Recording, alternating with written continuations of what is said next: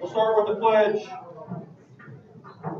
I pledge allegiance to the flag of the United States of America and to the republic for which it stands, one nation, under God, indivisible, with liberty and justice for all.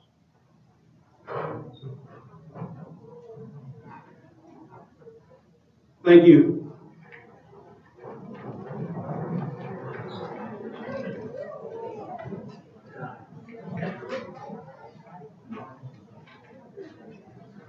I want to welcome everyone tonight at the huge crowd tonight as compared to some of our last 2 years. So welcome everyone. Appreciate you guys coming out. Appreciate Chief, you coming and being a part of our meeting today. Speak up whenever you feel led to. Appreciate you being here. Okay, we're missing a couple members. I think Paul will be here later, but we'll go ahead and get rolling here, and we need a approval of the agenda.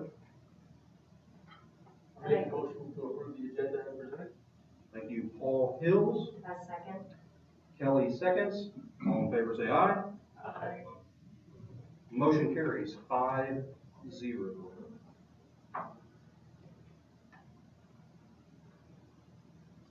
Next item on the agenda is we will open the meeting up for any public comments from anybody here. Now is your time to come forward and speak. Is there anybody that would like to say anything? Yes, sir. How much time do I have? Make it concise. We'll leave it like that. So come on up. All right, work that. Just up here and yeah, just come on this side so the camera gets a better angle. Thank you. Please state your name and go from there. Okay. My name is Chris McCool, retired Chief Master Sergeant of the United States Air Force, 28 years.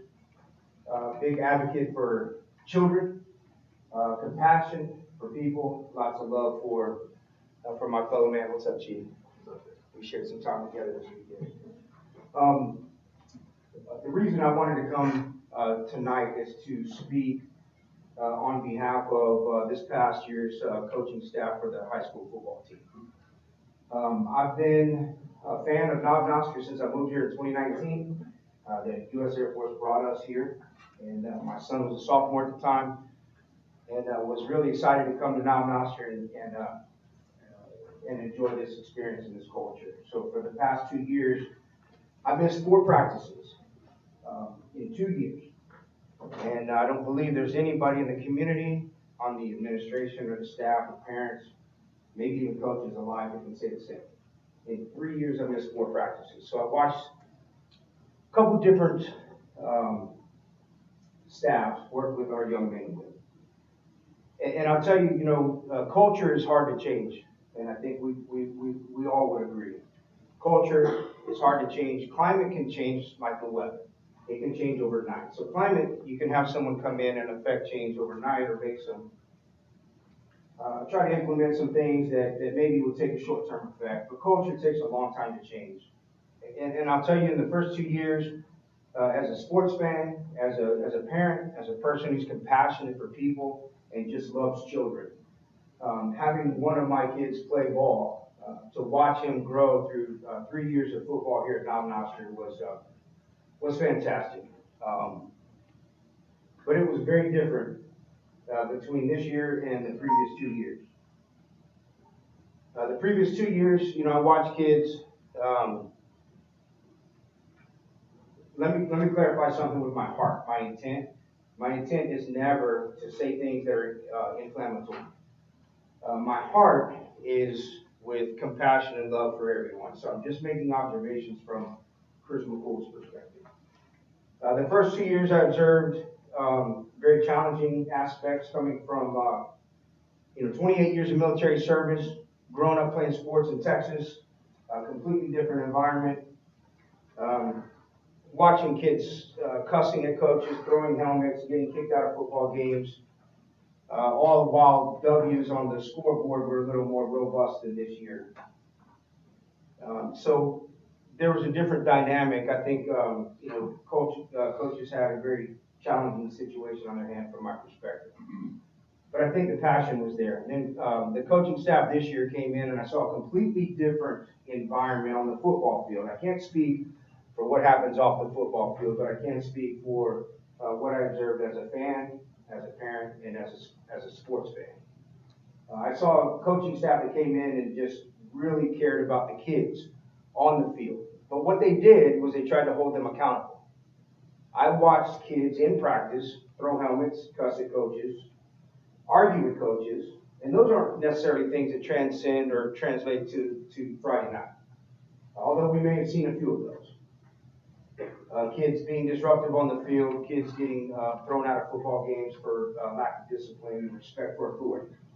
What I saw in this coaching staff was I saw them try to change young men or young boys into men. The W's on the scoreboard wasn't what we expected as a community this year. But I'll tell you, in 1989, Tex Schramm sold the Dallas Cowboys to Jerry Jones, and it disrupted the Dallas Cowboy community. Me, being from Texas, as a Cowboys fan, was really upset. And then Jerry Jones fires Tom Landry, and that was unheard of. 1989, Jimmy Johnson came in as the head coach. They went 1-15. And 3 years later, they won the Super Bowl. But what Jimmy Johnson did was he came in and he disrupted things. He held players accountable. He let go of some of the greatest players that were known to the game at that time. And he let them go. And it wasn't popular in the community. But what they did was he changed culture. And it took almost 3 years to do that. They ended up winning the Super Bowl and created a dynasty in the mid-90s. And I say that because if a coaching staff is given the opportunity to come in and change culture, it's not going to happen in 12 weeks. My next statement is just rumor. And the fact that the rumor came from my son is disturbing.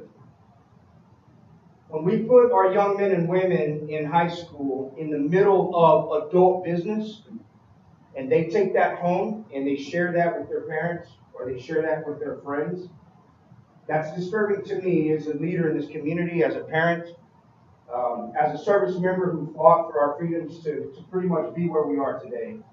But when my son comes home and talks about rumor of things that may be happening within the administration, on adult business, it's concerning. So I would ask the board and the administration and Knob Nostr to really focus on trying to keep those things to a minimum, and as much as we can, keep adult business out of our kids' ears.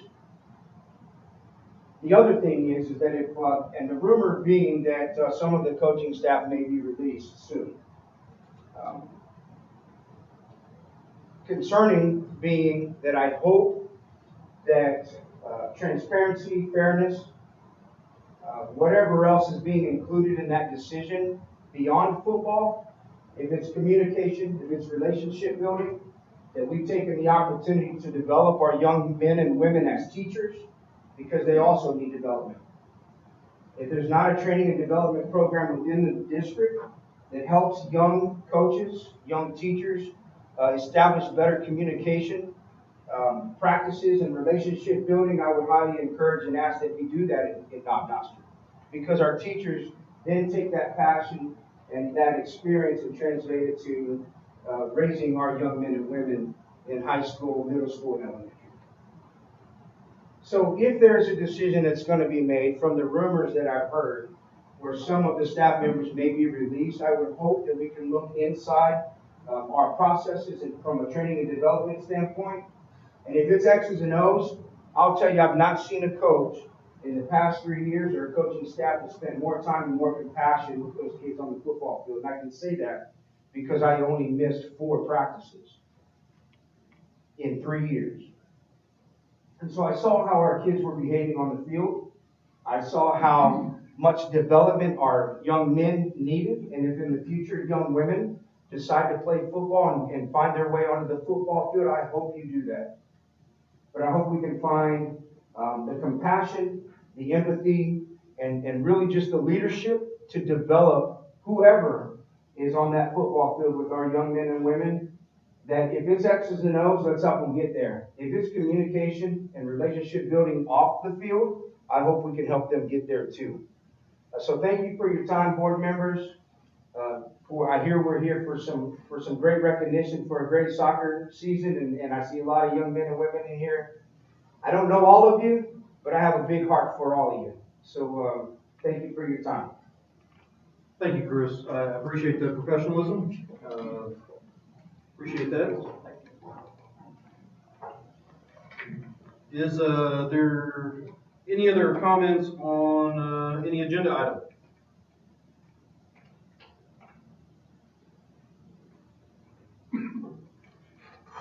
Okay.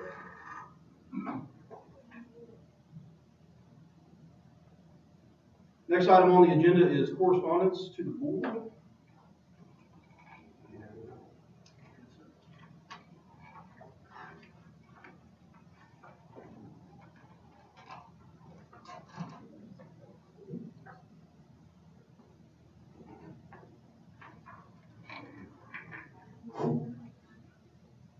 I'll do my best on reading this. My eyes aren't what they used to be. So. This is from Karen Dorsey. It says, "Thank you so much for the gift. It was a surprise. It was an honor to work for the district. I believe that the students and staff are lucky to have such a caring administration board. Thank you again."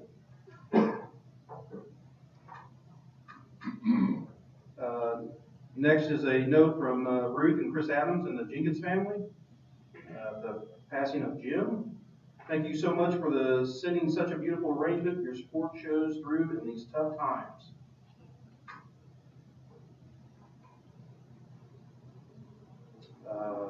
The last one here is to the Board of Education from Holly Sapp. It says, "Thank you for the lovely plant you sent to my mom's service." Very nice notes.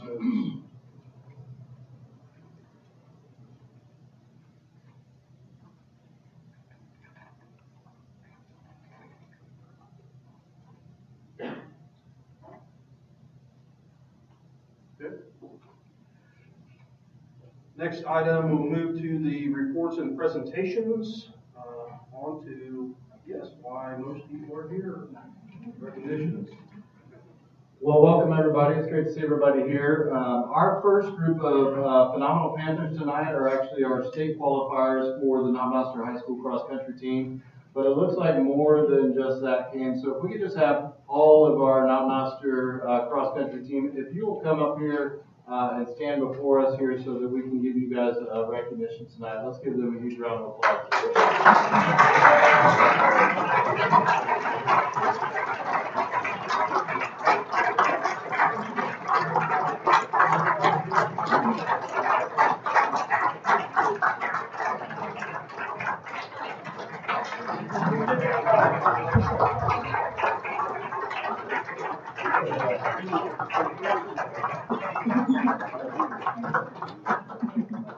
That's the first time I ever got a standing ovation for speaking, so yeah, it was definitely for you.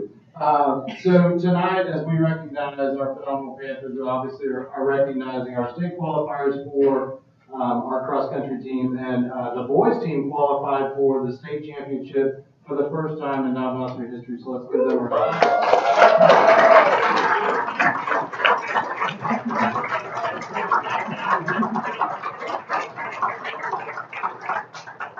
And the team as a whole also brought home hardware, taking fourth place there at Knob at the state championship. So another round of applause. Great job,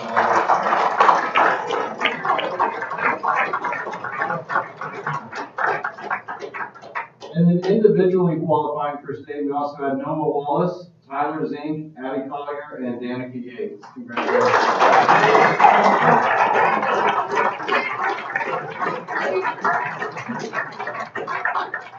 And not to downplay anything that the girls team did, they ran a great race as well. They ran a race of districts. They ended up coming in 6th place. They only missed qualifying for state by 8 points. So congratulations to the young ladies.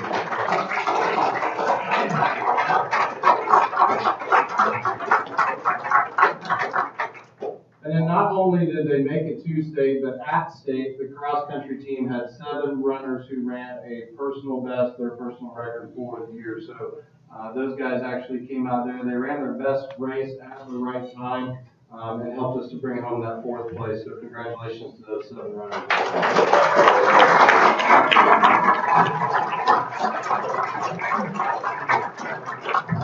So just some season highlights. Throughout the season, not only obviously did they qualify for state, we had some individual qualifiers, but the varsity girls team placed 2nd in conference. The varsity boys team placed 3rd in conference and were edged out of 2nd place by only 2 points. And the all-conference runners were Noah Wallace, Tyler Zink, Danica Yates, Abby Collier, and Kristen Sturgill. Give them a huge round of applause.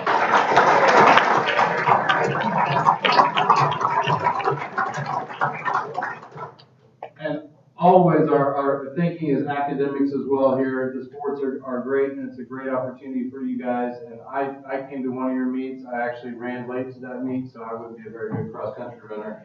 But academically, too, we had multiple students on this cross-country team that earned academic all-conference honors on the young ladies team and throughout the guys' teams as well. Danica Yates, Pressler Hudson, Violet Roberts, Amara McKinney, Abby Collier, Caitlin Stewart, Taylor Robles, Christine Sturgill, Allison Stiles, and Cristiana Vallejo. Let's give them a huge round of applause.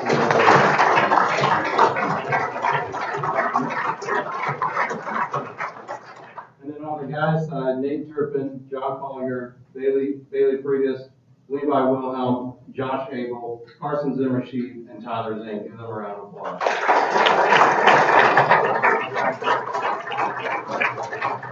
So our state qualifiers are Jonathan Collier, Bailey Freitas, Josh Hagel, Michael Riviera, Nate Turpin, Eli Vaughn, Noah Wallace, Levi Wilhelm, Carson Zimmersheet, Tyler Zink, and Abby Collier and Danica Yates. Guys, these are phenomenal Panthers. Give them another round of applause.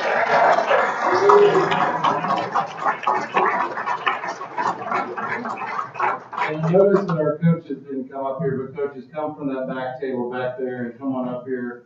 We want to make sure that we honor you as well. Let's give coaches Bridget Carpenter, T. Moore, and Taylor Largent a big round of applause.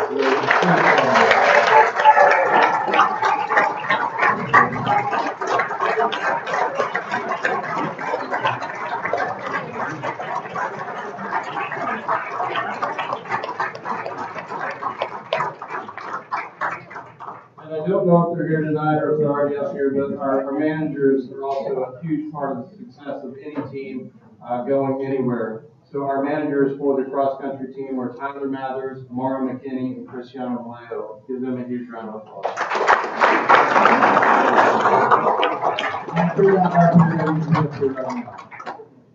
So, guys, congratulations. What an amazing season. Truly, you have been phenomenal Panthers throughout the entire year.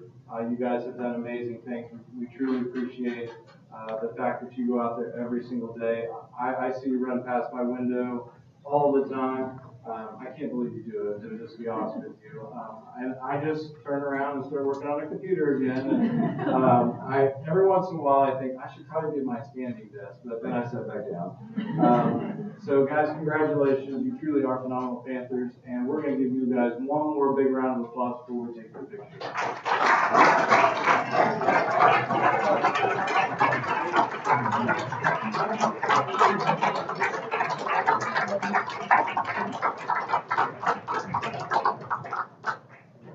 Lord, if you want to congratulate them, feel free to do that. We'll get back to normal if you want. If not, feel free to.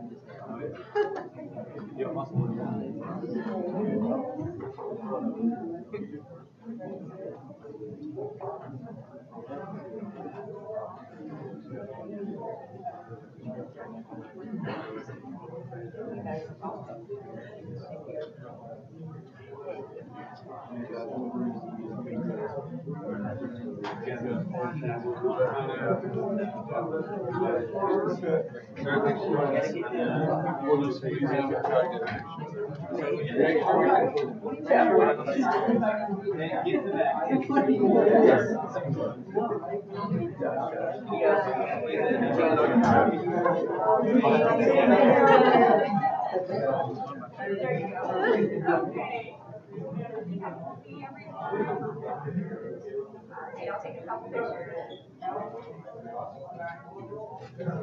Very good, thank you.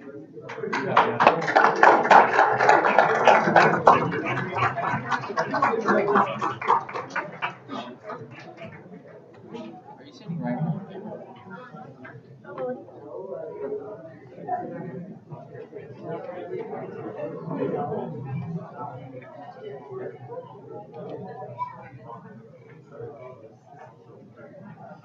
And the next group that we're going to recognize tonight is our Mount Master High School boys soccer team. If you guys can come up front, we'd love to give you a round of applause.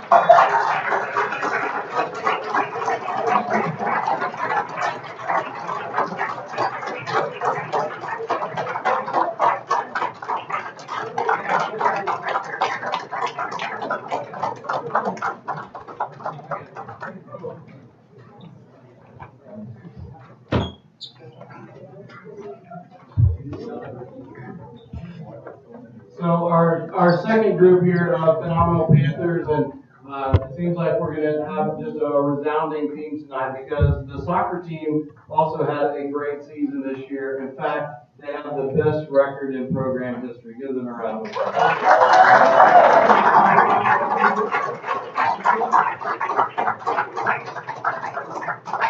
That record kicks off by more than doubling the wins that they had last season. Give them a round of applause.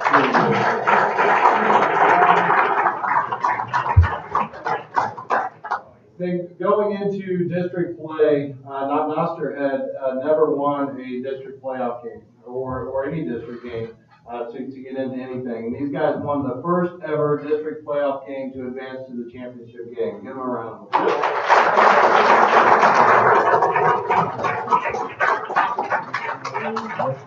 So we're recognizing these guys tonight as Phenomenal Panthers, not just for the fact that they have the best record in program history, but they also brought home the first hardware in program history and a second place finish there at district. So congratulations, guys.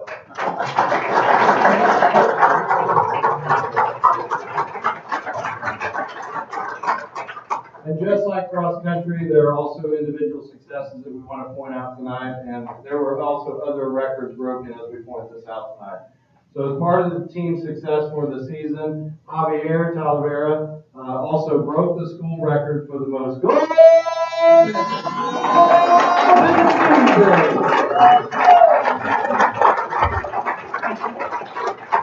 Javier had 20 goals this season and smashed the record that was currently there from a player that was currently playing in college. So congratulations, Javier. You've got a great future ahead of you as well. And then several players earned all district and all conference honors as well. Those players are Eric Bennett Wade, Caleb Jones, Javier Talavera, Carlos Betancourt, and Giovanni Talavera. They all earned all district. Let's give them a round of applause.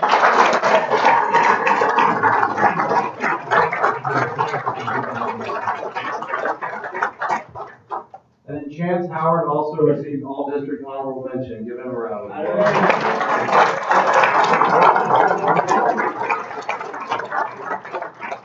Eric Bennett Wade and Javier Talavera received second team all conference. Give them a round of applause.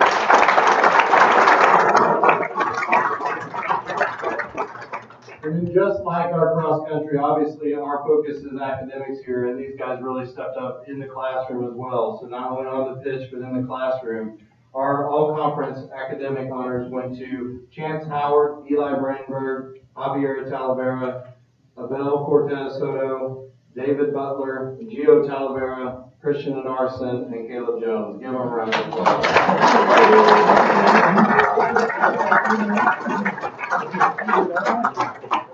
So our soccer team members are Chance Howard, Abel Cortez Soto, Josh Purdy, Christian Anarson, Giovanni Talavera, Carlos Betancourt, Giovanni Camacho, Javier Talavera, you guys are giving me some here. Eric Bennett, Tristan Absher, David Carr, Ethan Gatos, Brendan Schlack, Owen Beatty, Eli Brandenburg, Lucas Martin, David Butler, Caleb Jones, and Caden Sunio as the manager. Coaches Mike Baker and Ashley Moses, who didn't come up here, but I told her to come up here. So come on up, give Ashley Moses a big round.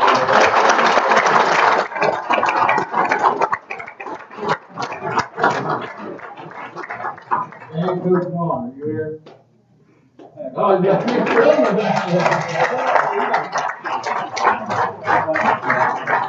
volunteered for the team this year, and obviously is volunteering right now also as he's filming this. So congratulations, guys! Once more, let's give them a huge round of applause. But before we do that, these guys wanted to send a big thank you to Knob Sonic for their continued support of our students and our teachers. Also, especially just throughout our Phenomenal Panthers, each student is going to receive a free Sonic Blast coupon with their certificates tonight. So that includes our cross-country group as well. I'm sure you guys will run that off very quickly. So, well, these guys too, they average like 5 miles every match. So truly a great honor. One more time, give these Phenomenal Panthers a round.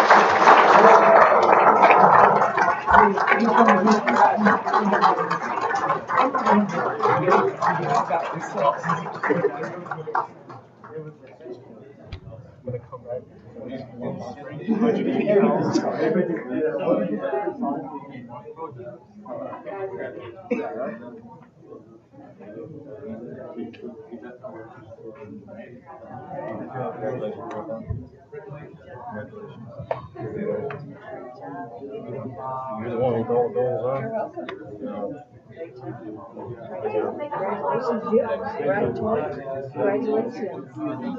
So while we have the parents here, I want to ask our board to stand for just a second. If I can get our board up here, I'm going to brag on some people. Of course, our students come first, and what our cross-country team, what our soccer team has accomplished this year is impressive. Putting in the work, putting in the dedication to build a program. But parents, seeing you guys here tonight is with your children, celebrating great success is what it's all about, and we're very happy with that. I want to also point out Coach Moses, first of all, rookie coach, came in last spring and helped us out with girls soccer, jumped in with the boys this year. I'm sure you've heard great stories, but talk about a great job of leadership, jumping in straight out of college, filling in, and stepping up as a leader. And when we hire in Knob-Duster, we talk about leadership and followership. You've done a great job alongside Coach Baker and your other coaches. So I just want to point that out. I asked her at the end of the season, what are you going to do? She said, I'm going to sleep. So enjoy that. I also want to just take a couple seconds with our parents. Thank you for your feedback. Cross country and soccer, neither of those programs existed just a few years ago. And because of the request from the community and the parents and the students, we were able to stand up these programs with cross country and soccer because of the board and the decision that they made. And that is something that we take pride in here in our community, is listening to our parents, hearing the feedback, and trying to create exceptional opportunities for our students. We truly value that. I promise you your board values that, and they hear you and respond to that. So thank you for that. All of that together is what allows you guys to enjoy your experiences and excel the way you guys did and the way you guys continue to do in cross country. So kudos to everyone. It's a team effort. We couldn't be more proud, and you guys enjoy your moment.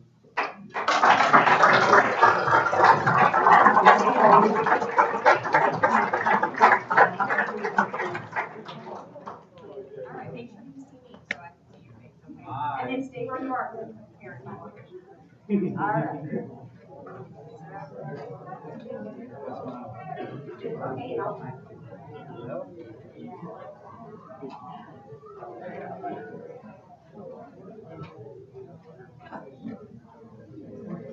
And I have certificates for all of you.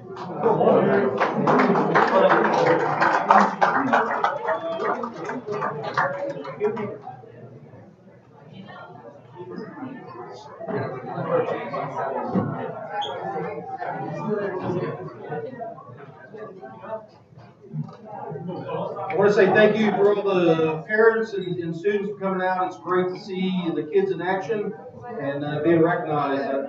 I know I'm speaking on behalf of the board that this is the highlight of the meeting. Appreciate it.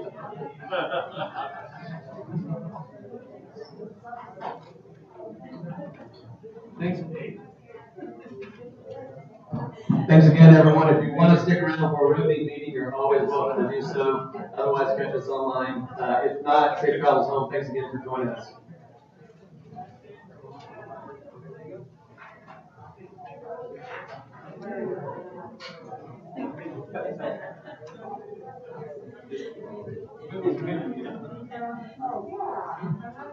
Okay, next agenda item is the principal and director reports. Is there any questions, comments with the reports as presented from any board member?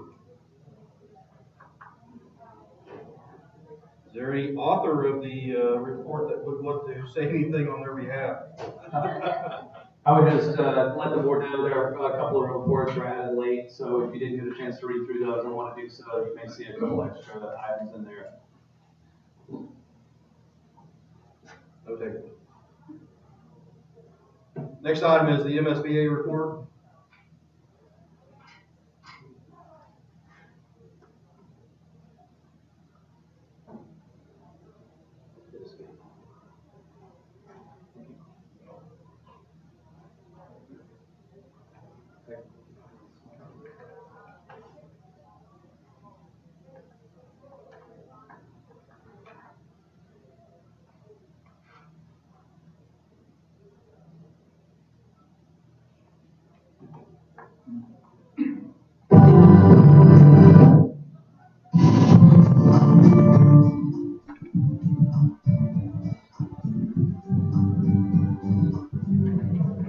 Hello, everyone, and welcome to the Missouri School Boards Association's board report for the month of November. We thank you for the opportunity to share some news and information during a few minutes of your board meeting. We begin with a look at the continuing impact of the COVID-19 pandemic on Missouri's public schools. School districts throughout the state are implementing the protocols and policies designed to keep students, teachers, and staff safe and healthy while keeping students in school. The new director of the Missouri Department of Health and Senior Services, Dawn Carroll, tells us one new option aimed at keeping students in school following exposure to COVID-19 is called Test to Stay.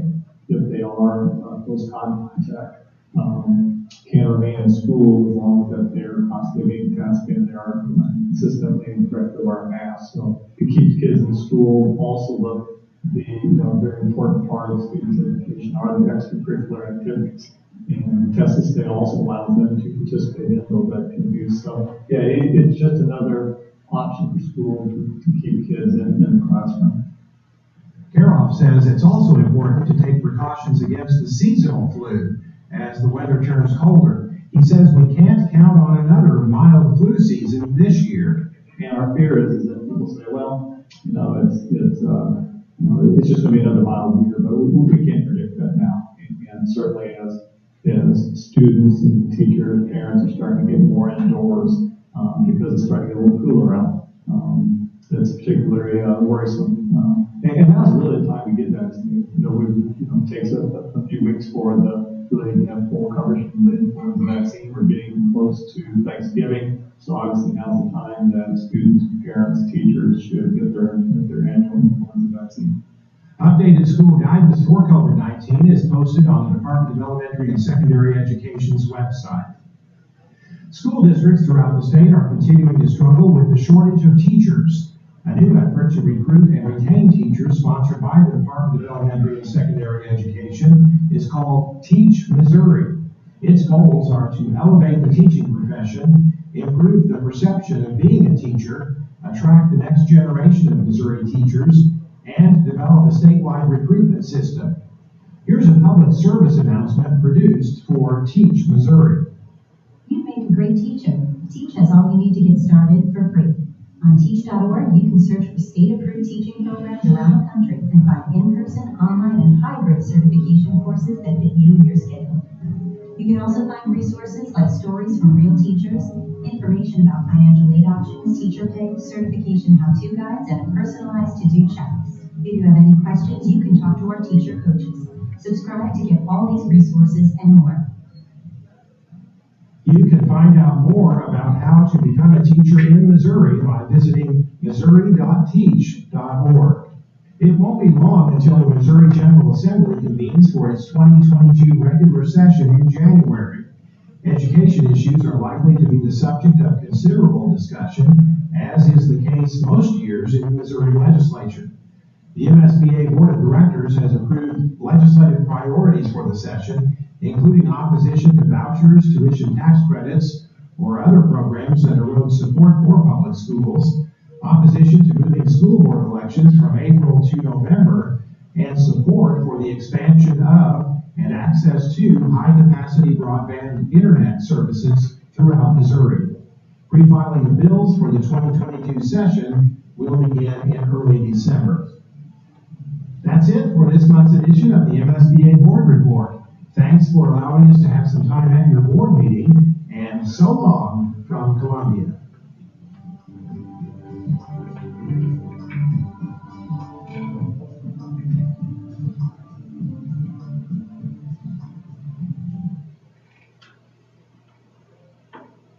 Any questions, comments from what the MSBA had present? We'll move on to the superintendent report. Again, good evening, everyone. Thanks for those that chose to stick around for the fun part. Again, welcome, Chief. Is it Arcuri? Yes, sir. I got it right. That's amazing. First try. Hooked on the phonics. Welcome. Glad to have you here, and sorry that you drew the short straw, but you got to see some of our finest tonight. And hopefully rolling into my report, just want to point out we're 17 days away from Christmas break. 2 days until Thanksgiving, and then another 15 until Christmas break. And it's hard to believe, but time flies when we're having fun. The teachers have put this time to good work, and they know that getting these days in before we get into the Missouri winter season is important. So we look forward to finishing strong this semester and wrapping up here in the next month.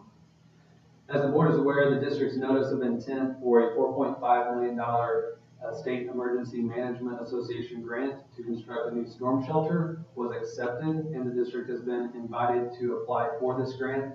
What this means is it signals that SEMA has aligned existing funding to support our project.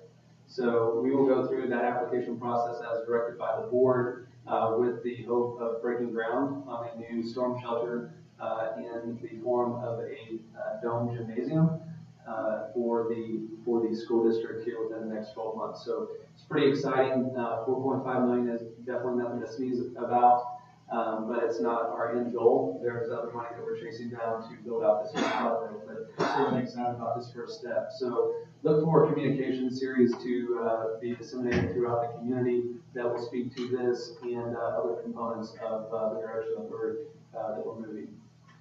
As previously reported, several pieces of state assessment data remain embargoed, and as such, we will begin moving our data.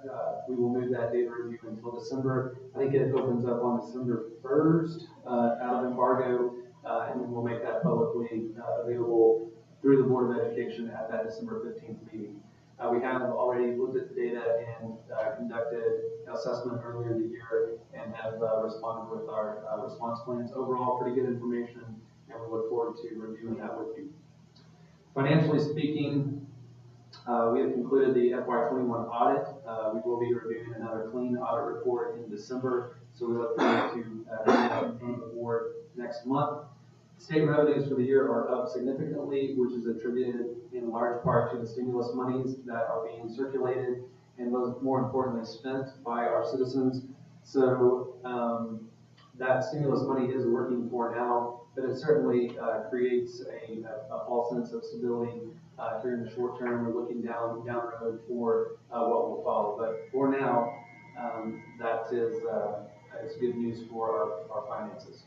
As we approach the new year, we're already moving into hiring season. This agenda contains the early notification incentive plan, which the district has conducted over the last several years to allow those employees who are separating from the district to provide timely notification to the Board of Education so that we can begin our search process.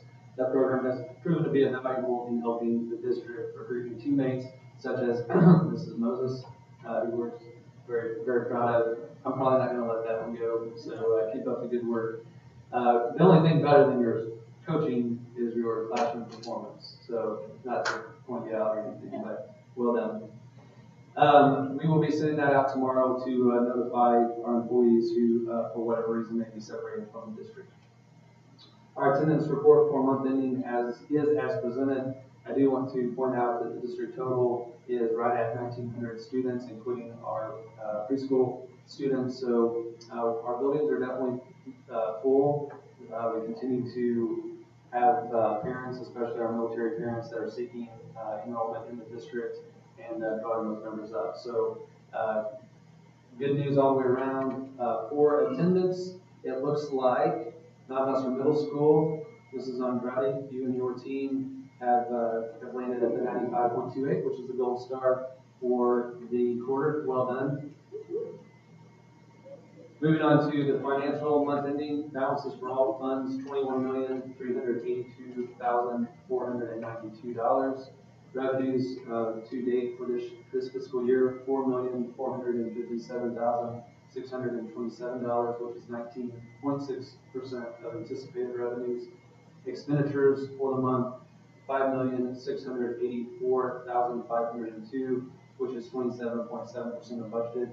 Keep in mind on that expenditure, we do have several large purchases that have increased that above what we would typically see. But overall, we're in good standing financially and on line with our budget. I provided some previous month activities. We had our Association of Defense Communities Installation Innovation Summit in San Antonio. Had a really good turnout of about 625 attendees. Just as a reminder, we're standing up that education lane, and Knob Nostra is front and center leading that way to help unite people around military child education and critical issues that affect quality of life and mission readiness for the installations of our nation. Also, I want to say thank you to our board members, Mr. Bolton, Mr. Birchie, Mr. Hills, who attended the Missouri School Board Association training up in Kansas City. We appreciate you guys taking time out of your day to attend that training. With that, that concludes my report. Thank you, Dr. Wheeler. Is there any questions, comments, concerns with the information that Dr. Wheeler presented?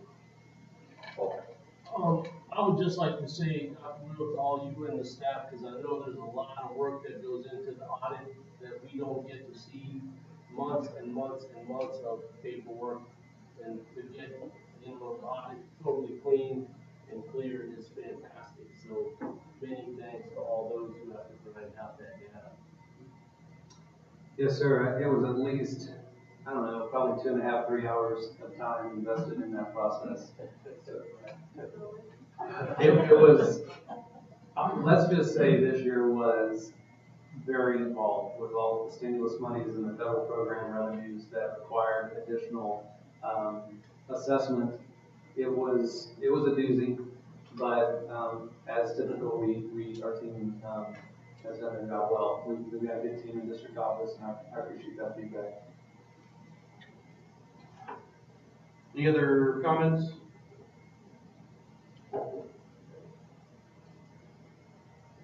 Moving on to the consent agenda. Is there any questions, comments on any item in the consent agenda? I do. On item D, excuse me, I'm going to be ahead of myself.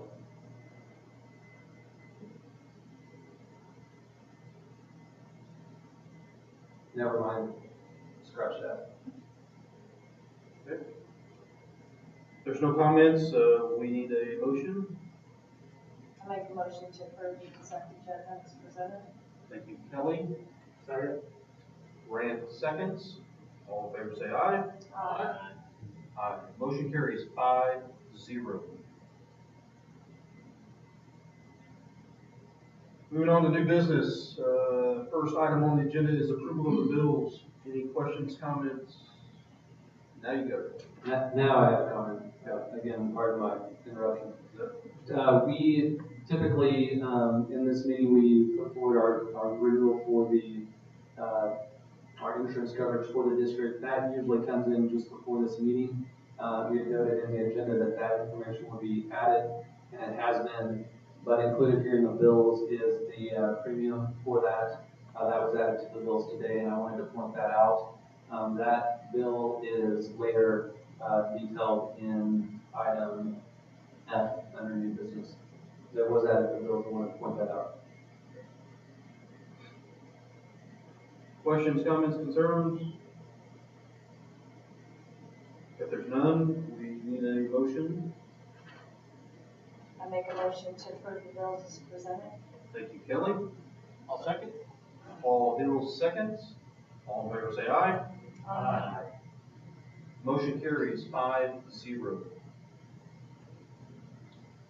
Next item on the agenda is the ACT rankings. This is pretty favorable. We did. It's definitely good news. I'm trying to see which page this was on. Ingram's. I don't know if you guys are familiar with the Ingram's publication. It's a business journal out of Kansas City that covers various topics of interest in the region. In this issue, they covered the composite ACT scores for both the Kansas side and Missouri side, and a familiar name shows up there on that list as I scroll down. Navajo High School made the top 25 list on the Missouri side. It's Johnson County's #1 school district for composite ACT. Here we go. And just wanted to point that out, coming in at, looks like number 17 on the Missouri side is Navajo Schools with a composite ACT of 21.3. That's up slightly from last year's composite of 21.1 and a ranking of 19 on this side. And it's up quite significantly from the year prior, which was at 20.1%. Also notable is 67, 2 out of 3 students took the ACT. So we're incredibly proud about Navajo High School and its ongoing competitiveness. This is a really good signal and a good 1-2 punch, not just on the ACT, which is an indicator of college readiness, performing well with, frankly, some very affluent schools, but also it balances up extremely well with that third year ranking as #1 as Missouri's #1 high school for college and career readiness in the rural setting by U.S. News and World Report. So we have good career, high school to career programming, but also programming from high school to college. So kudos to Navajo High School, and no pressure to our new leadership, but we're going to keep that rolling through awesome culture, climate, and continued home focus on academics. So please send our congratulations to your team. Keep up the good work, and remember that leadership and followership, really leaning on those existing relationships and leadership with our staff, and also inviting in those new recruits to jump headfirst into that excellence. So well done, Navajo High School.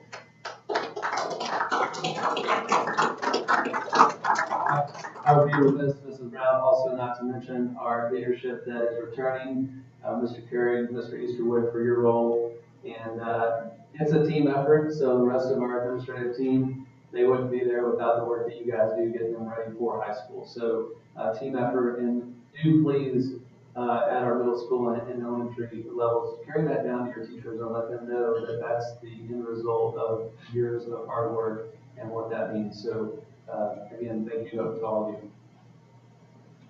It's a great trend line to see. If we hit that Pembroke 29 average, that'd be awesome. So no pressure. And I think they all have their own private tutors for the SAT and ACT, or at least most of them. It's probably their golf coach. Next item on the agenda is the board candidate filing. We have, under this agenda item, outlined the dates that are open for the candidate to file. I want to call attention to a lot of those dates are throughout the Christmas break, And so there is some information here for any potential candidate to take note of that starting at 2 p.m. on the 17th through the December 27th, the school will be closed. Will be opened up by appointment only. And then on December 28th, it'll be opened up for the last couple hours of the day. So, any questions, comments from the board? Just want to kind of highlight that, or any potential board candidate? This is definitely an abbreviated period for candidates to sign up. So for anyone out listening online, do please pay close attention to that. If you know of someone or if you are interested, definitely pay attention to this detail. We usually circulate this in November and December board meetings, but by that December board meeting, there's only a few days left for that filing. In addition to this public notice and that in the December meeting, we will be publishing this in local newspaper as well to circulate that information.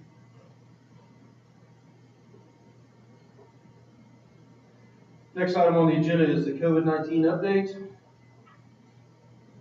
Some highlights. Yes, so I'm going to abbreviate this a little bit. The year has gone exceptionally well. We had a bumper year last year with the way our team responded to the COVID pandemic. This year has been no different. We feel like we've navigated well. Of course, the mask mandate being one of the sticking points for a variety of issues. We came back to school with no masks, and we had a small spike in cases early, right after the return of the year. That spiked up quickly and spiked right back down. I say spike, it was just an elevated number of cases. It dropped back down and has flatlined at almost 0 to no cases. Each week we publish by building the number of cases, of positive cases in students in quarantine. We also do the same for faculty and staff. Again, we put those on our dashboard on the website. But overall, COVID has had very minimal impact on our learning. The disruption has been minimized, and we attribute that to the ongoing partnership of our parents and the great work of our team. Looking ahead, we have a couple of key issues here that I want to point out. First of all, it's flu season will be upon us in the next couple of months, and we will be very careful to differentiate between those flu symptoms and COVID symptoms. Our goal will be to identify those as accurately as we can. If you're sick, keeping students, faculty at home to recover, but also, again, to differentiate between flu and COVID to the extent possible. And we are ready to do that to, again, minimize the disruption to the learning environment. Now I want to move into something that is something we continue to hear about, and that is the vaccinations.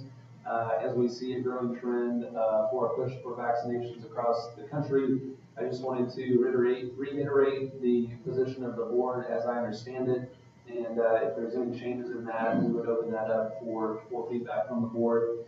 But as far as number 2 here, adult vaccinations, my understanding is the current position of the Board of Education is to leave the decision to vaccinate to the discretion of each employee. No requirement to vaccinate has been created by the Board of Education, and the board has indicated this should remain at the discretion of the individual employee. Student vaccinations, very much the same. The current position of the board is to leave the decision to vaccinate students to the discretion of the student's parent or guardian. No requirement to vaccinate has been created by the Board of Education, and the board has indicated this will remain at the discretion of the individual family members of the district. Vaccination for employees working on Whiteman Air Force Base. Currently, DoD has not communicated a requirement for Valdosta Public School employees who work on Whiteman Air Force Base to be vaccinated. Should such a requirement be made by the Department of Defense, the district will refer that guidance to the district's legal counsel for guidance, while simultaneously evaluating the options for maintaining the board's position that vaccination should remain a decision to be made by each individual rather than being mandated. Lastly, vaccinations for students attending Whiteman Elementary. Currently, DoD has not communicated a requirement for students attending schools on military installations to be vaccinated in Missouri. Should this occur, that mandate will remain a DoD initiative and will not be a requirement of Valdosta Public Schools. Should this occur, the district will evaluate options on how to maintain services for non-DoD connected students who currently receive services at Whiteman Elementary. This includes several special services programs, preschool programs, and a handful of elementary students, employees, children. So that's kind of the position where we stand, as I understand it from the board. This is not an issue right now, but I felt it was important to get those positions out in writing publicly as we continue to see some movements in that area.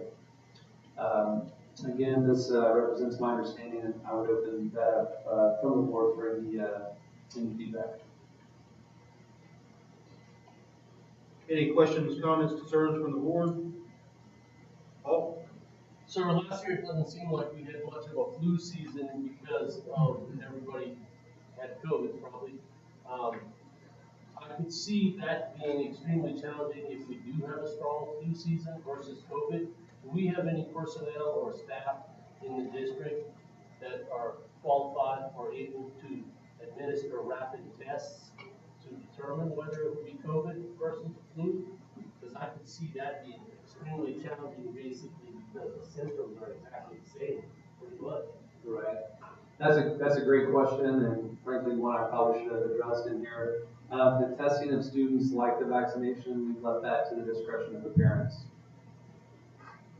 But if there are symptoms, if it's determined that COVID symptoms do exist on the document that we followed for the last 18 months, that's referred out to the parent to get that assessed in a variety of different responses that we had.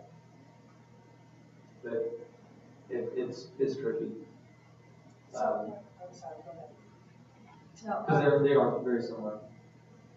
So there's no, like they were talking on the MSBA, there's no like testing to keep them in school if there's a close contact. Are we doing that or? So yes, we can. If we're notified of a close contact by Johnson County Health Department, then we can provide options for that. But that's up to the parents to. Correct. I just didn't know if that was one of the options to do to keep kids in school. Yeah. We're taking advantage of that. It is. Our approach right now is to, again, our protocols, to the extent possible, minimize that disruption, and it's worked pretty well. As we look back at last year, we were really expecting a spike after Thanksgiving and Christmas. You guys may recall that, and we just didn't see it. We're cautiously optimistic that we may flow through this season in the same way. That's to be determined. But the hallmark of our plan has been putting the decision making for children in the hands of their parents, and that's I think that has guided us well, and that's kind of where we've left that testing as well. I agree. Any other questions, comments? Appreciate the feedback. More to come. Next item on the agenda is the teacher salary comparisons. I'm going to go intentionally briefly on this. This is the same approach that we've used in the last several years, where we compare a 16 district cohort on various metrics. That is not. Yep, there it is. Various metrics across our teacher salary schedule. We average those at the bottom and then show the difference to Knob-Noster versus the average. Again, the board's directive is to be at least at the average of this cohort of districts on all of those metrics. That green line shows that we are green, meeting the board directive. Once again, I believe this will be the third or fourth year where we have met board directive on, I think, the third year on all metrics. This is for first reading only and provides that information that should look very familiar to the board. We also have the teacher scatter plot that shows where our teachers fall on the salary schedule, and then some historical data down here as well. We did see an increase in the number of teachers with advanced degrees this year as compared to past years.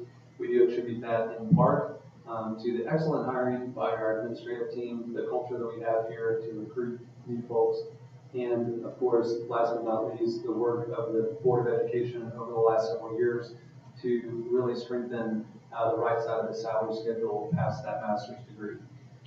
New this year is the board is aware that collective bargaining was out due to state law for the last several years, but that law was recently changed and allows us to do a meet and confer process.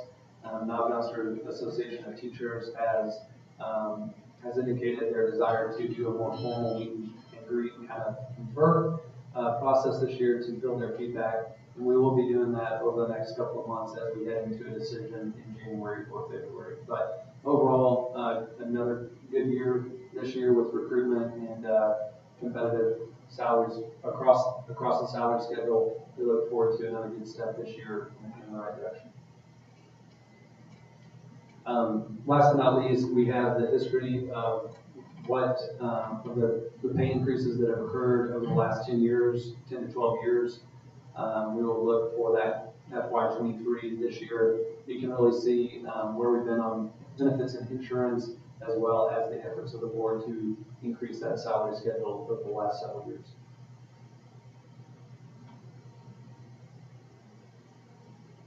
Questions, comments?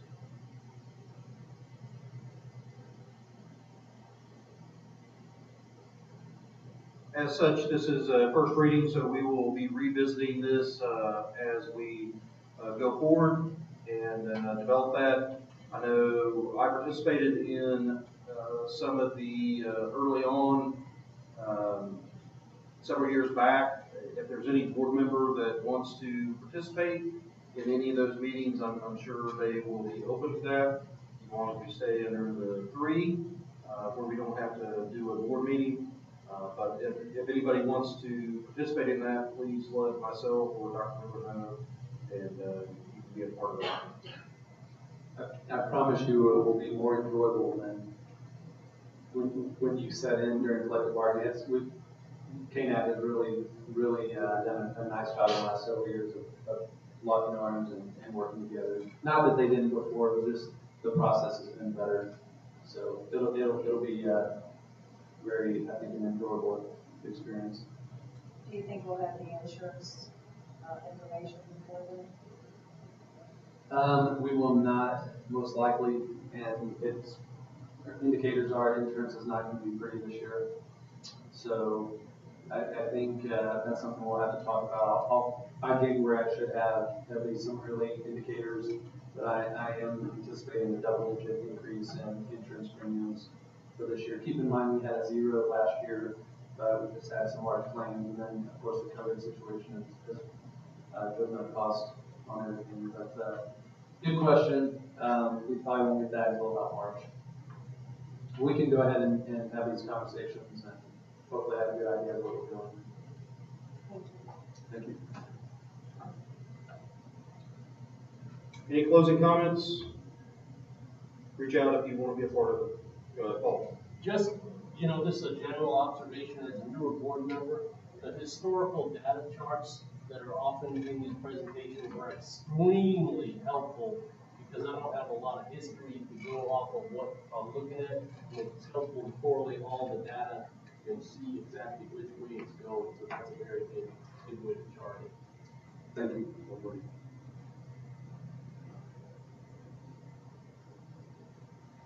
More to come.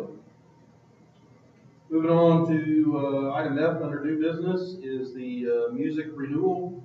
As you can see there, it only increased slightly. So, kind of mentioned this earlier. Any highlights that you want to? The main thing is, again, this came in this week, so this was a late add today. Our net assessment is just over $300,000, $306,000. They do this total credit as long as a number of parameters are met, which we meet as a district, which drops that down to $275,693. This kind of breaks that down for you. And again, this is for an effective date of January 1st. Also, Mr. Dillard, you'll be pleased to see that we again have kind of a historical chart here to show what those premiums were. We look at the property liability plus the workers' comp premium. We also do an additional umbrella, or at least I have recommended it, and the board has historically approved, a $7 million umbrella policy. We do not yet have that premium, but it's also included for approval, pending that final amount. And then we used to do a cyber policy, but that now is included with the membership. So again, you kind of have some historical data. As President Bolden shared, this has only had a couple $1,000s from last year, which, all things considered, is a bargain in today's economy. We'll take it. Questions, comments? This is a action item, so we need a motion to approve process payment. Make a motion to approve process payment for the 2022 insurance policy renewals through music as presented, including the $7 million umbrella policy. Thank you, Grant. Nice to have you on eyes. I'll second. Flip seconds. All in favor say aye. Aye. Motion carries 5-0. Next item on the agenda is the supplementing staffing allocations for the supplemental duties. Just as a reminder, last month we looked at our full FTEs for our teacher and classified ranks. This month we have, this is the second year that we've done this, we provide the additional stipends and how those break out. We do that by district level, elementary, preschool, middle school, and of course at our high school, slightly longer because we have just a couple of things going on in our activities department. But what we try to do here is give a one-click location for the board to see where our coaches, where our sponsors, assistants, etc., how our supplemental programs are staffed, and the name of those individuals. So then we try to do some metrics on how we compare our girls and boys sports, combined sports, and then comparison for activities and co-curriculars. So hopefully this is helpful, and just wanted to present this for you. Should you have any questions or feedback, please let me know. Any comments?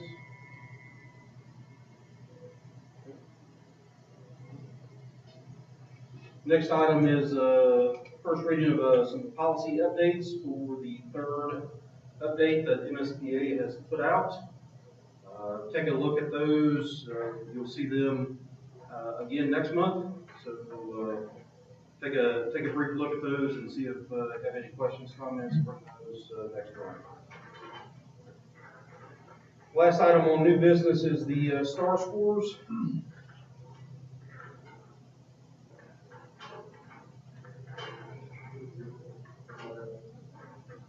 So both of those on there are math STAR scores, and the reason why we're bringing those score sheets tonight is we compile this data to be able to send out for our MCAS grant 2 through GODIA.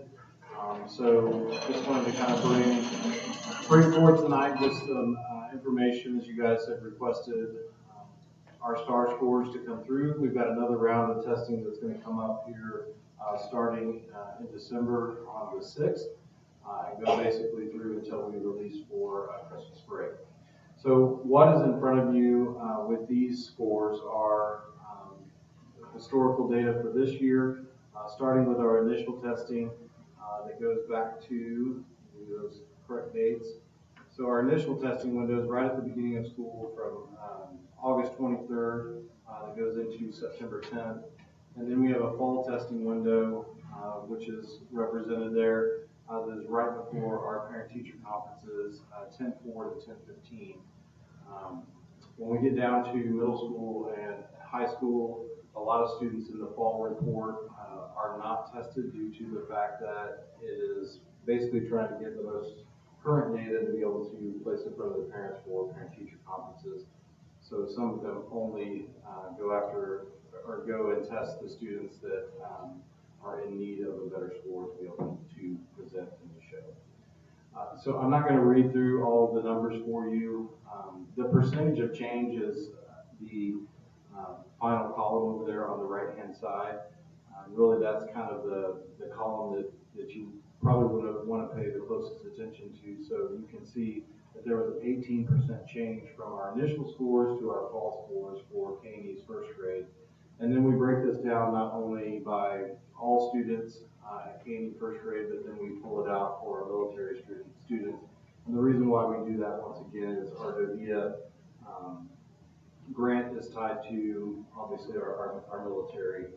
So we pull out our military students, and you can see that that in that case they were spot on in time. If there's any questions about the report, I'd love to sit down and talk with you. After this report, I have this in a Google Doc, and we will do a fall to winter and initial to winter, and we send these back out, and I share them with our admin staff as well.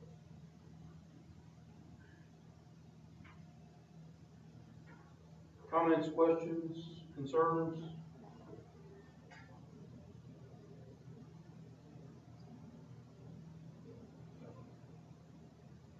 Didn't see any negative numbers. Seems like a good thing. There are a few. I'll disclose that in all. But if you didn't see them, that's fine. Yeah. I promise you are principal. Okay, that concludes our new business. We'll move on to the old business with the Panther Stadium update. We have the presentation that we talked through on the working session. You want to give some highlights?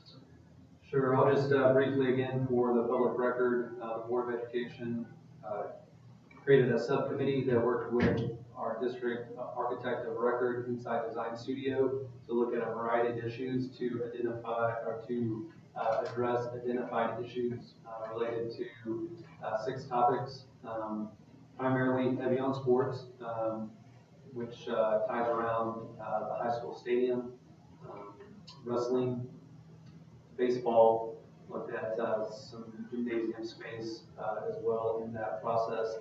And really, at the end of the day, the decision was, do we invest on our current high school site to address some known issues, or do we look at different ways to address those issues at a lower cost, and then look at an alternative site for new facilities, which would not just address and improve what we have, but also in some cases duplicate that space for, frankly, what we saw tonight, which is a growing district on enrollment with a growing number of programs, all of which demand space.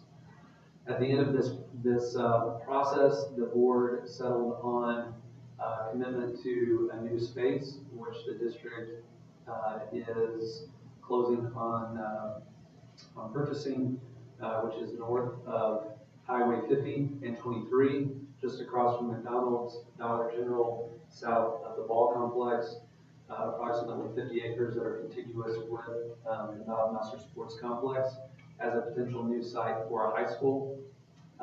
In this process, the district applied for the SEMA Safe Room Grant and has been substantially awarded that, or at least invited to apply for funds that have been allocated in the amount of right at $4.5 million, which will complement a phase 1 of a new campus site project on this site.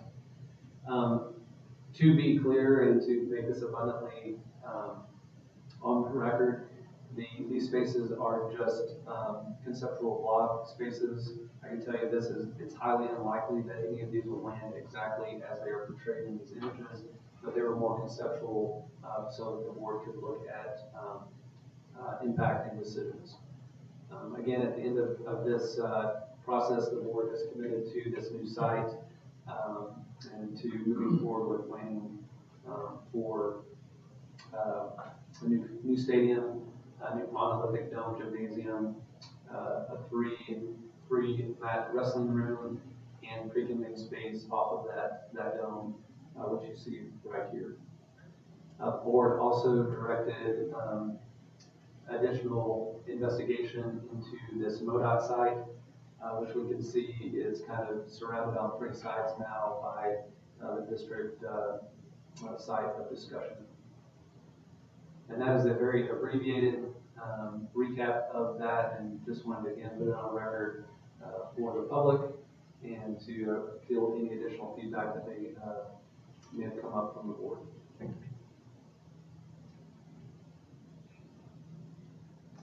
Any comments from the board?